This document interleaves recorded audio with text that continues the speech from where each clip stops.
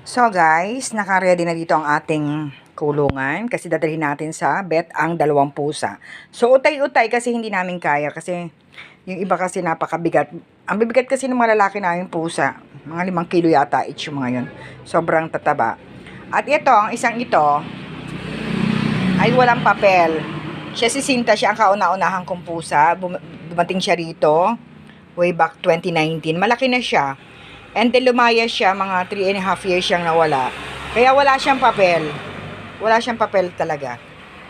Ano nga Sinta, ang amos-amos niya. Pero hindi pa siya. Siya siguro yung pinakahuli kong idadalhin sa vet. Wala pa kasi siyang papel.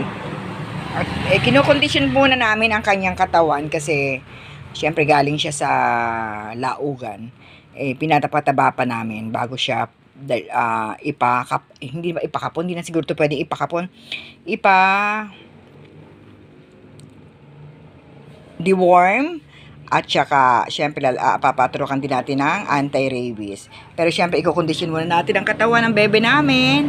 Siya ang kauna-unahan kong pusa o anak-anakan.